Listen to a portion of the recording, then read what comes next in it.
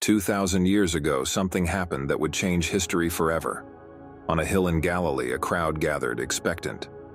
They felt a strange sense of anticipation in the air, but they had no idea they were about to hear the most important speech of all time. Suddenly, a man appeared. Up to that point, he was just the son of a carpenter. But after that day, the whole world would know him as the Son of God on earth. That day, Jesus would transform the history of humanity with his words. He delivered the most revolutionary speech to date. He challenged the beliefs of his time and of all times. And with his words, he redefined success and happiness. Do you think it no longer holds relevance after almost 2,000 years? You're wrong. Today we are still fascinated. The power of his words transformed the human understanding of life and purpose. In a single teaching, Jesus revealed the path to living close to God. Get ready. These words will change your life. Then, Jesus broke the silence with his first words. "Blessed are the poor in spirit, for theirs is the kingdom of heaven." With these words, Jesus began his revolution in the world. But this promise challenges everything we think we know about success and happiness. What does it mean to be poor in spirit? It's not about being materially poor, but about being humble and recognizing our spiritual need. It's admitting that we don't have all the answers and that we need God. This teaching is the foundation of a life full of purpose and peace, because when we acknowledge our need for God, we open our hearts to the true blessing of the kingdom of heaven. Then Jesus left a moment of silence for people to reflect on his words and continued, "Blessed are those who mourn, for they will be comforted." In a world that urges us to be happy all the time, Jesus validates pain. Have you ever cried in silence, feeling like no one understands your suffering? Jesus promises comfort. He tells us that it's okay to cry, that mourning is part of life, and that in the midst of pain, God is with you, offering comfort and peace. Blessed are the meek, for they will inherit the earth. Meekness is not weakness, it is strength under control. In a world that celebrates the aggressive, Jesus calls us to be meek. Have you ever chosen the path of peace instead of confrontation? That is true strength. Being meek means having the power to strike back, but choosing not to. It is responding with love, even when we are treated unfairly.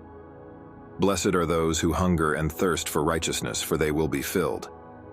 This is not a casual desire, but a deep longing. Have you ever felt frustrated by the injustices of the world? That frustration can be a powerful force for change.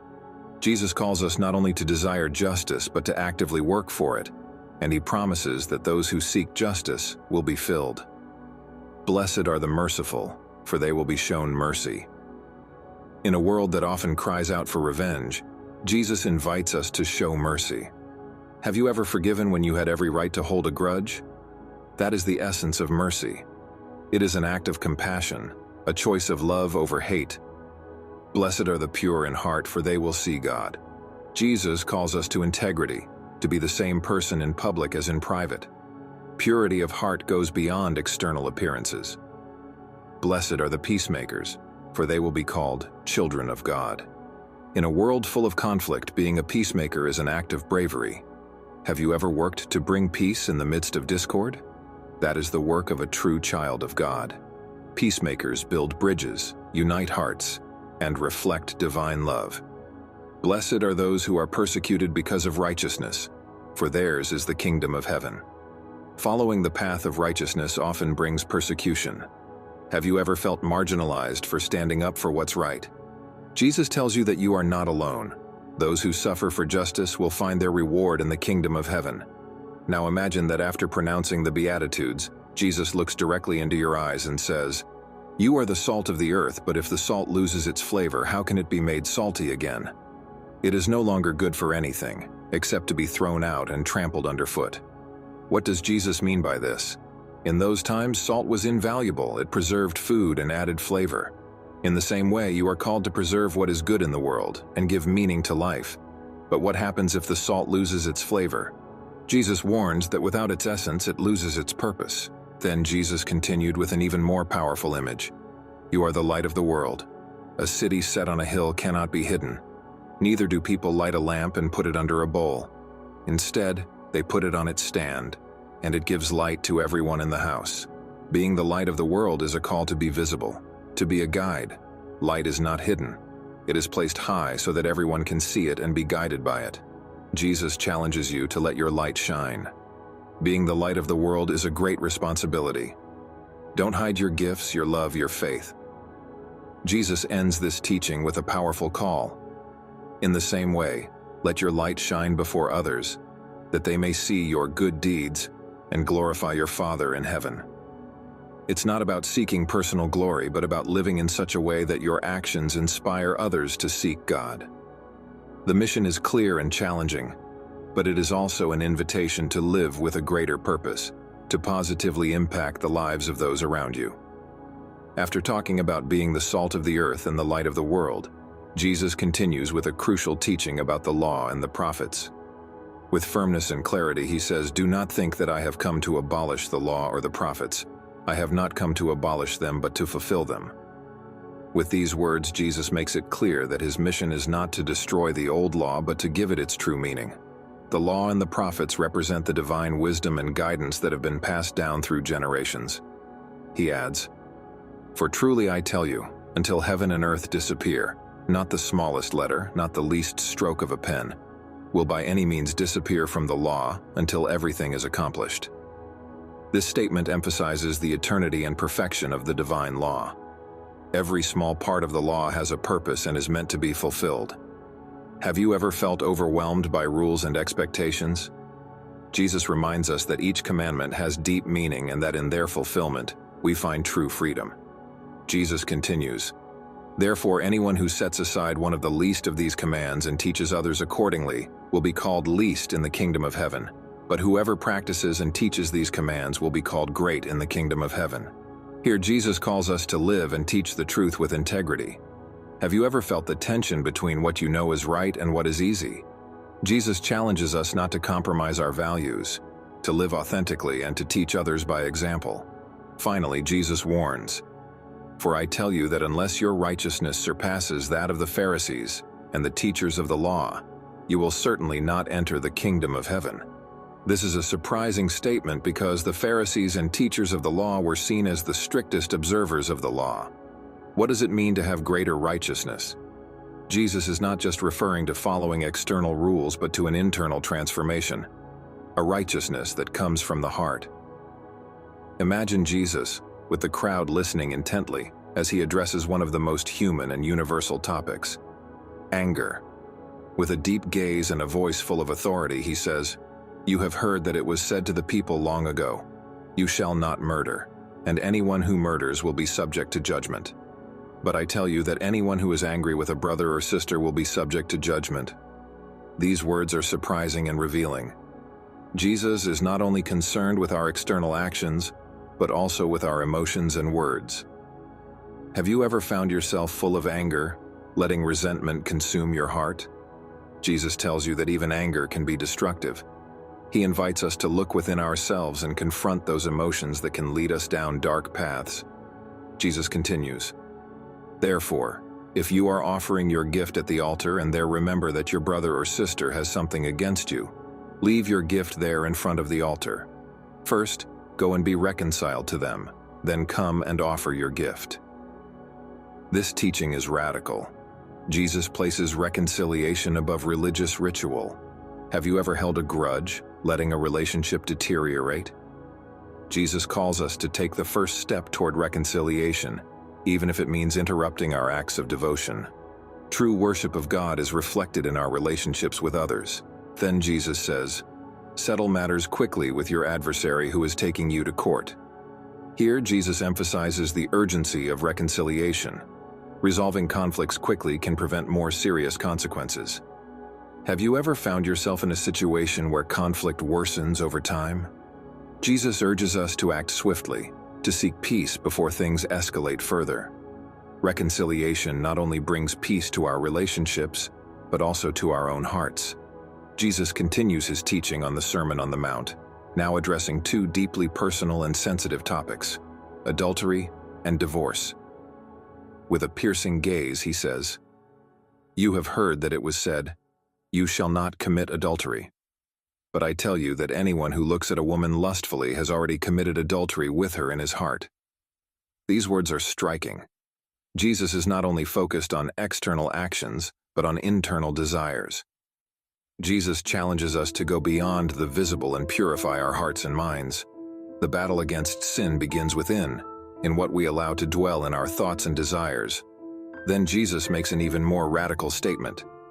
If your right eye causes you to stumble, gouge it out and throw it away. It is better for you to lose one part of your body than for your whole body to be thrown into hell. Imagine the revolution these words caused at the time. Jesus urges us to deal with sin by any means necessary. Are there things in your life that you know lead you to sin? Jesus calls us to eliminate them, no matter how difficult the decisions may be. It is a call to radical holiness, to prioritize our relationship with God above all else. Jesus continues with the topic of divorce. Anyone who divorces his wife must give her a certificate of divorce. But I tell you that anyone who divorces his wife, except for sexual immorality, makes her the victim of adultery, and anyone who marries a divorced woman commits adultery. In an era where divorce could be a simple and common process, Jesus emphasizes the seriousness of marriage. Marriage is not just a contract, but a sacred covenant before God. Jesus' words challenge us to see marriage as a deep and lasting commitment, where love and fidelity are essential. Jesus, with a gaze full of compassion and a firm voice, continued with an even more revolutionary message. You have heard that it was said, 'Love your neighbor and hate your enemy.' But I tell you, love your enemies and pray for those who persecute you." Imagine hearing these words more than 2,000 years ago. In a world where revenge was the norm, Jesus asks something radical from us: to love our enemies. Have you ever felt resentment or the desire for revenge? Jesus challenges you to transform that hate into love, that you may be children of your Father in heaven. He causes his sun to rise on the evil and the good, and sends rain on the righteous and the unrighteous. For if you love those who love you, what reward will you get?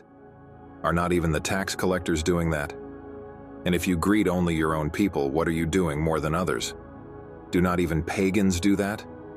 God loves everyone without exception. And Jesus invites us to love the same way God does, unconditionally and without reserve, to the righteous and the unrighteous. Loving those who love us is easy, but Jesus calls us to a greater love, to love even those who hate us. This is Jesus' call, to reach perfection in love. And he concludes with this statement: "Be perfect, therefore, as your heavenly Father is perfect." After addressing these topics, Jesus turns his attention to two fundamental practices of spiritual life: almsgiving and prayer. With a gaze full of compassion and authority, he says, "Be careful not to practice your righteousness in front of others to be seen by them. If you do, you will have no reward from your Father in heaven. So when you give to the needy, do not announce it with trumpets as the hypocrites do in the synagogues and on the streets, to be honored by others. Truly I tell you, they have received their reward in full. But when you give to the needy, do not let your left hand know what your right hand is doing, so that your giving may be in secret. Then your Father, who sees what is done in secret, will reward you." Here, Jesus teaches us that true generosity is internal. It does not depend on external appearances. It is discreet, and God's reward is far more valuable than any human applause. Then Jesus addresses prayer. "And when you pray, do not be like the hypocrites, for they love to pray standing in the synagogues and on the street corners to be seen by others. Truly I tell you, they have received their reward in full. But when you pray, go into your room, close the door, and pray to your Father who is unseen. Then your Father, who sees what is done in secret, will reward you." Prayer is an intimate communication with God. He invites us to seek moments of closeness with God, away from others' eyes, in solitude. And this is when Jesus gives us the most powerful prayer of all. "Our Father in heaven, hallowed be your name. Your kingdom come, your will be done, on earth as it is in heaven. Give us today our daily bread, and forgive us our debts, as we also have forgiven our debtors. And lead us not into temptation, but deliver us from the evil one. For yours is the kingdom and the power and the glory forever. Amen. Submission to God's will, daily provision, forgiveness, and protection from evil. Jesus gives the same reflection on fasting.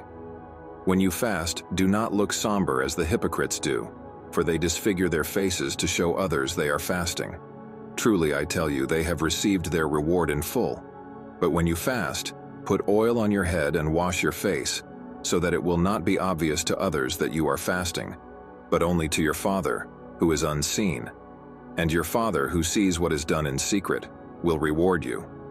Jesus calls us to live a life of integrity, where our spiritual practices reflect a heart truly devoted to God. Jesus offers us guidance to live with purpose and depth, but the choice is yours. Continuing with his teachings in the Sermon on the Mount, Jesus now addresses the issue of where we place our values and priorities. With a firm and wise voice, he says, "Do not store up for yourselves treasures on earth where moths and vermin destroy, and where thieves break in and steal.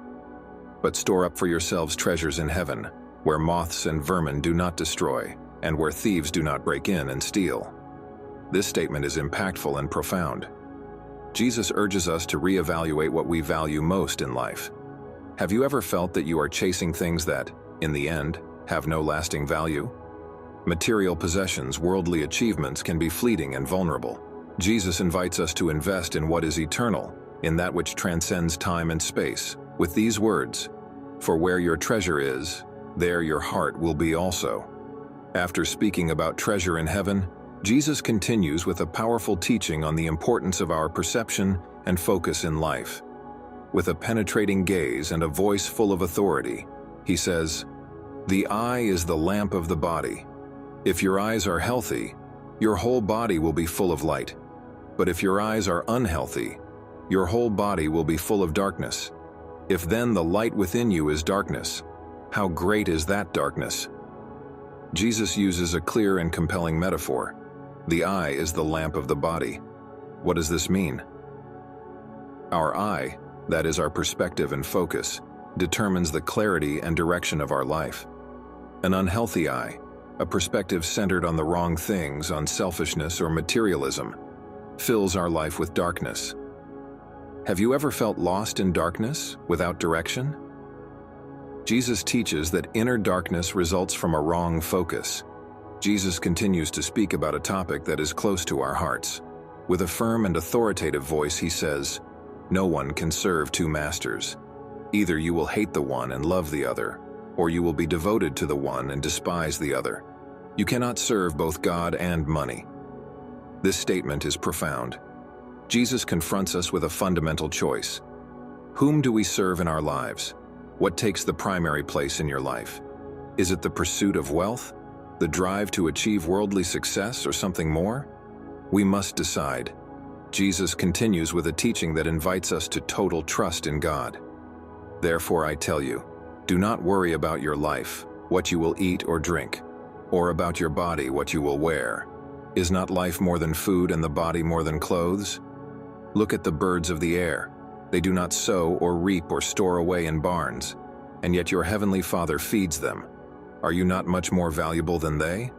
With this simple but powerful image, Jesus shows us God's constant provision. And he continues, "And why do you worry about clothes? See how the flowers of the field grow. They do not labor or spin. Yet I tell you that not even Solomon in all his splendor was dressed like one of these.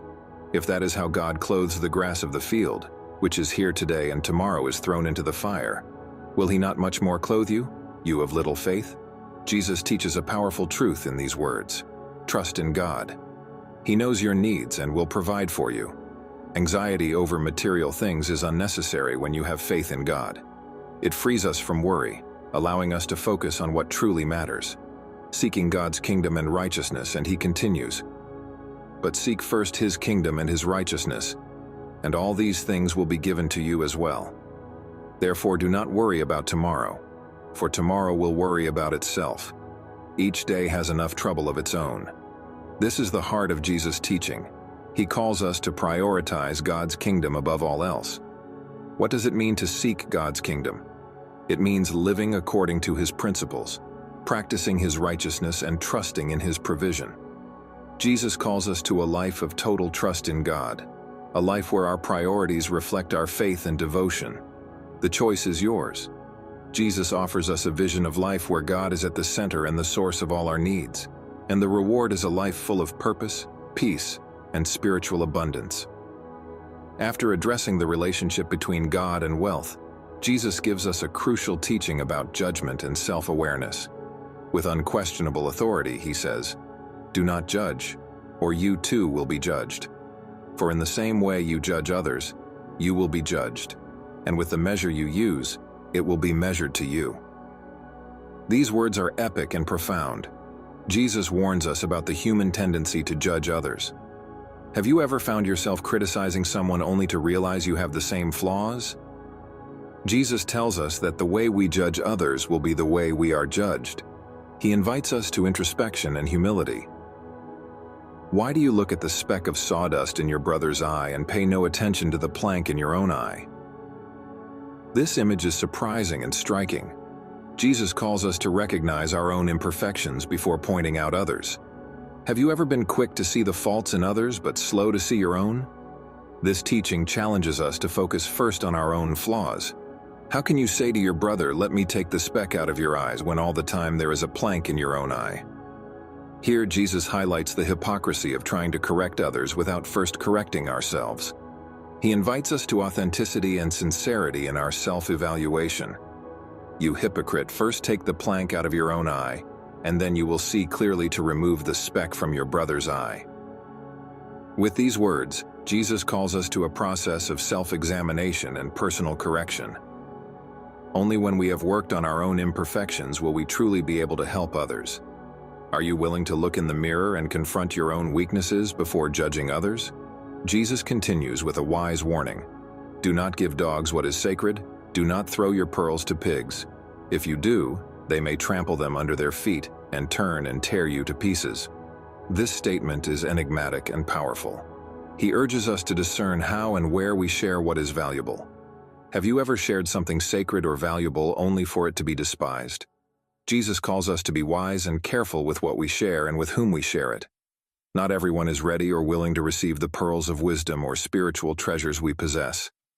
Imagine Jesus surrounded by the crowd, raising His voice with an epic and surprising promise. "Ask, and it will be given to you. Seek, and you will find. Knock, and the door will be opened to you. For everyone who asks receives. The one who seeks finds. And to the one who knocks, the door will be opened." With these words, Jesus invites us to a life of faith. No matter who you are or where you come from, if you ask, you will receive. If you seek, you will find. If you knock, the door will be opened for you. Jesus leads us to deeper reflection with a simple yet impactful question.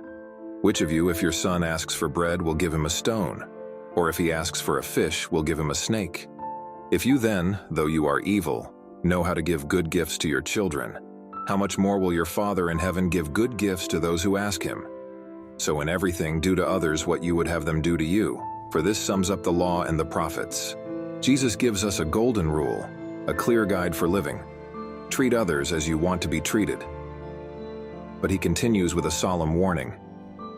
Do not give dogs what is sacred. Do not throw your pearls to pigs. If you do, they may trample them under their feet and turn and tear you to pieces. What does this mean? Don't waste what is valuable and sacred on those who don't value it. Jesus continues, giving us a powerful symbol, a door. He says, "Enter through the narrow gate, for wide is the gate and broad is the road that leads to destruction, and many enter through it. But small is the gate and narrow the road that leads to life, and only a few find it."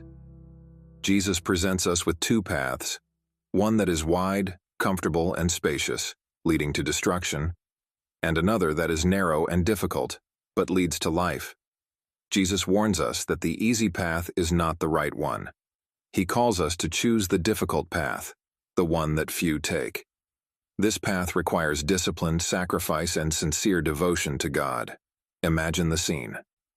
Jesus is finishing His speech in the Sermon on the Mount, and now He delivers a warning that echoes through the centuries. With an intense look and a voice full of authority, he says, "Watch out for false prophets. They come to you in sheep's clothing, but inwardly they are ferocious wolves. By their fruit you will recognize them. Do people pick grapes from thorn bushes or figs from thistles?" Jesus warns us about false prophets, those who appear harmless and even beneficial, but in reality have destructive intentions. Have you ever felt that someone you trusted wasn't what they seemed? Jesus teaches us to be discerning, not to be deceived by appearances. Likewise, every good tree bears good fruit, but a bad tree bears bad fruit. A good tree cannot bear bad fruit, and a bad tree cannot bear good fruit. This metaphor is simple and powerful. A good tree is recognized by its good fruit, and a bad tree by its bad fruit. Jesus gives us a clear criterion. Look at the fruits. Every tree that does not bear good fruit is cut down and thrown into the fire. Thus, by their fruit you will recognize them. This warning is epic and surprising. Jesus not only calls us to discernment, but also alerts us to the fate of those who do not produce good fruit.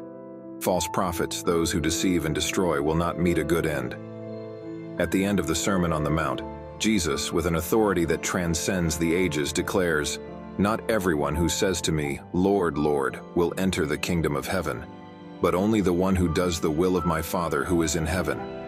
Many will say to me on that day, 'Lord, Lord, did we not prophesy in your name and in your name drive out demons and in your name perform many miracles?'" These words are a call to genuine action.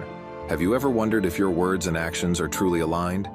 Jesus challenges us to go beyond mere verbal proclamation. It's not enough to call him Lord, we must live according to his will. It's a call to authenticity for our lives to reflect what we proclaim with our lips. Then Jesus issues a powerful warning. "Then I will tell them plainly, 'I never knew you. Away from me, you evildoers.'" These words are shocking and invite us to deep introspection. What does it really mean to know Jesus? It's not just about doing things in his name, but about having a genuine relationship with him, living in obedience and love. Do your actions reflect a true connection with Jesus or just a facade of religiosity? It's not enough to call him Lord. It's not enough to pray or speak. We must live according to his will. It's a call to authenticity, for our lives to reflect what we proclaim with our lips. And so we come to the end of Jesus' speech, where he concludes with a parable that crystallizes his entire message. With a firm and clear voice, he says, "Therefore, everyone who hears these words of mine and puts them into practice is like a wise man who built his house on the rock.